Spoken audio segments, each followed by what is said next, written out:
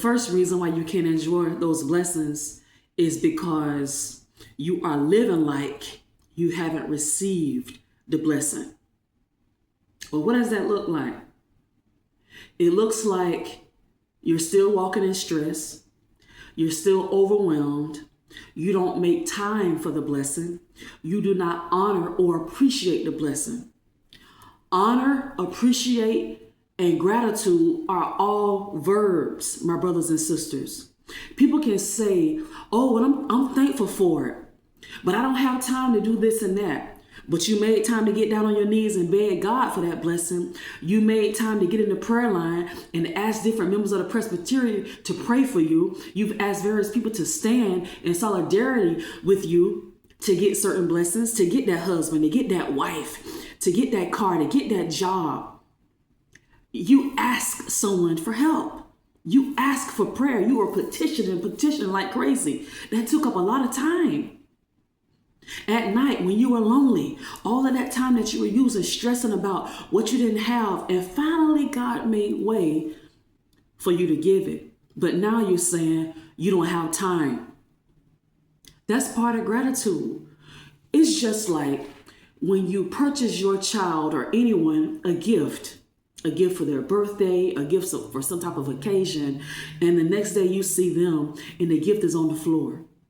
Or you walk by the trash can and you see the gift in the trash can.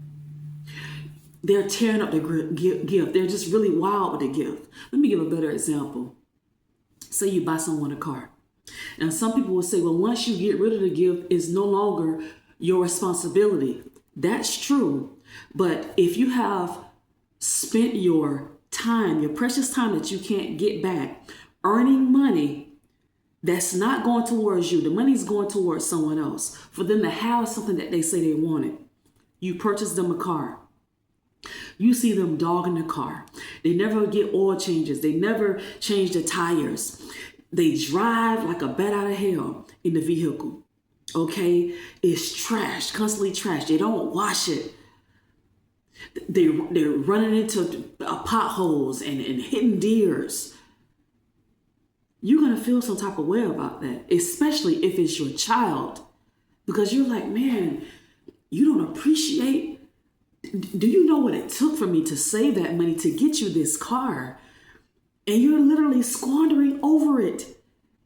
You're picking up anybody that's on the side of the road walking. It's like you're being irresponsible in the car. You're not using safety precautions. You are just like unhinged with this car. How do you think the Most High feels when he blesses us with something that we've been asking or begging for? And when you get the blessing, you don't honor it. You don't take care of it, especially if it's a spouse. How many of you have prayed for a spouse? Asking God, oh, God, bless me with a spouse before you bless me with my career so that I'll know that the person is with me for me. Oh God, bless me with somebody who's going to love my body for the way it is. I have these medical issues and I need someone who's really going to value me for who I am. And we have one of my homegirls, she's very voluptuous. And her thing was she want God to send her a man that's going to love her for her mind and for who she is and not so much her body. Every guy that looks at her, they're constantly looking at her body and wanting to, take her to bed. It can't even get to what her values are and what she likes and who she really is. It's all about her body. So that was one of her main prayers, to finally get a man that will look at her, look her in her eyes and have a conversation, and that's not looking at her body. So what happens when you get the man that you prayed for? When the man gets that woman that he prayed for, I want me a submissive woman. I want a woman who's going to follow me, who's going to honor me, who's going to love me for the way that I look. And you get that. And now that you have it, you handle them haphazardly. You treat them any kind of way. You talk to them crazy. You're very disrespectful. The very thing that you say you wouldn't do to a person, you're doing it to your spouse. When you walk outside the door, you're one way in society. Society is singing your praises, but your spouse, in their mind, you are a monster. Once you get home, the mask comes off and the monster comes out.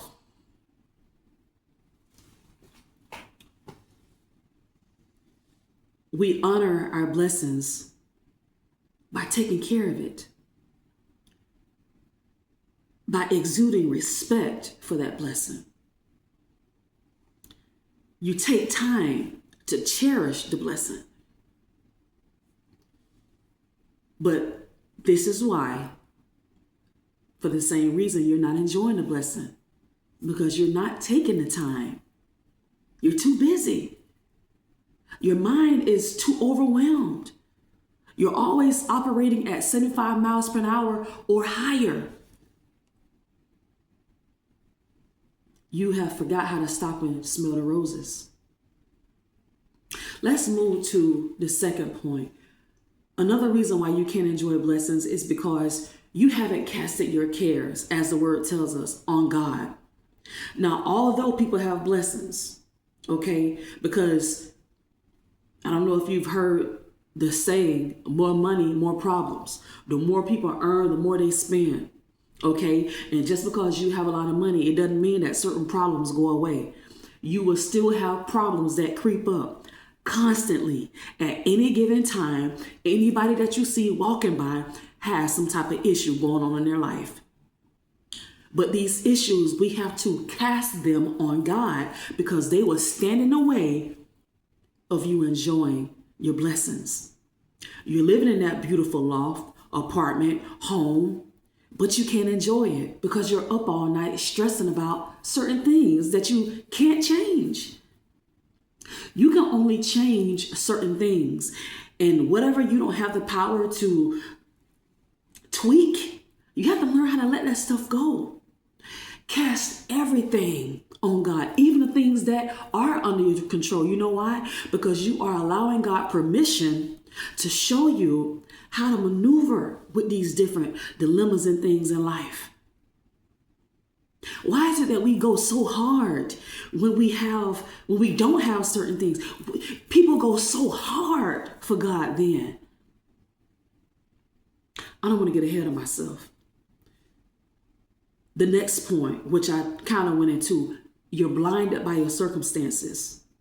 You have the car, the house, the possessions, the wife, the husband, the kid that you prayed for. You couldn't get pregnant for years. You thought you were infertile, and God blessed you anyway. He blessed you with twins. After all those years, you couldn't conceive. You have exactly what you prayed for, but you have been blinded by circumstances.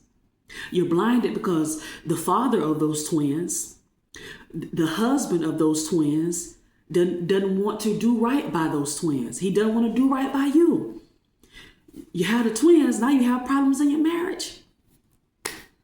So you can't enjoy that beautiful blessing of that child, the beautiful blessing of those children, because you're so stressed out about your marriage being on the rocks. You see how that works? You have the home that you prayed for. Your children are running around. Everybody's happy. You're hosting events at the home. You're allowing different people to move in. You're blessing them for a couple of months until they get on their feet. Things are going great in that regard. But you're worried about your health. The circumstance. You got a couple of things going on in your body that never happened before. And you remember these symptoms occurring to your parent that passed away, a friend, or someone on your job who had the same symptoms and they passed away. Now, day and night, you worry, too scared to go to the doctor because you don't want them to make the fear worse. Blinded by circumstances, you can enjoy the blessings that you have. As I said earlier, cast all things on God. That health issue, cast it on God. Take some moment out of your day, every day, quiet time, be it morning, evening, noon, whenever you can take some quiet time for just you and God. Do it daily and watch how God speak to you. Watch how he speak to you regarding your health, regarding that issue that you've been worrying about. Stop ignoring what you have. You have the family that you prayed for. Take out time with them. Show them how much you care with your actions. Memories are made when time is given. Don't be one that has a delayed gratitude mindset. Enjoy your blessings now. I'm not saying you have to go and splurge and go crazy, but enjoy your blessings now. Don't wait years and years. In your mind, you've already pre-planned it. You've already imagined what you're going to be doing in the future. Why wait to the future? Do your own version of it right now. Why wait until you become a millionaire before you want to take vacations and enjoy your family and enjoy your spot? Why wait? I don't get it. I don't get it. Even if date night has to be inside your apartment, if date night has to be in your backyard, find the time. Good things don't last always, y'all. And I know God is good and God is forever, but I'm speaking on people. Good people get tired and they will leave your life if they constantly feel like they are unappreciated. Sometimes they pass away, putting a forever separation between you. Sometimes they relocate. Sometimes they get a career and now they no longer have the time for you that they once did. So don't take people for granted. Don't take your spouse for granted. Don't take your children for granted.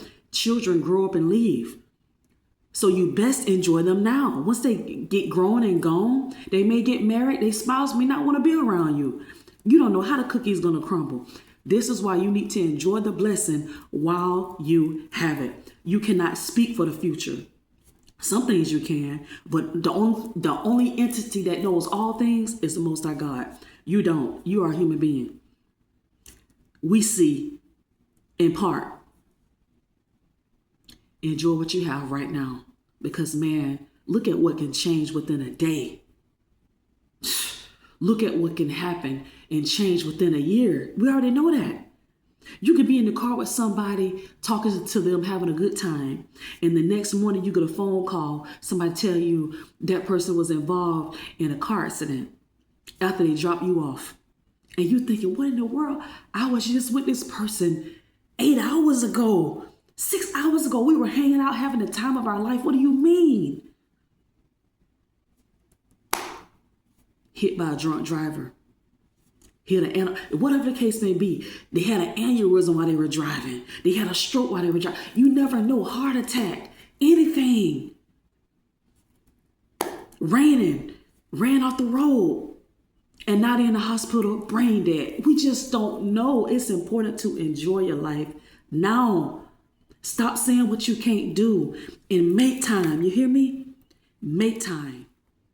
Let's do a better job with enjoying the blessings that we have. I'll see you all in the next video. Bye. Oh, and before I forget, these are my cute earrings of the day made by yours truly. Let me know in the comments if you're interested. But these are the earrings for the day. You like?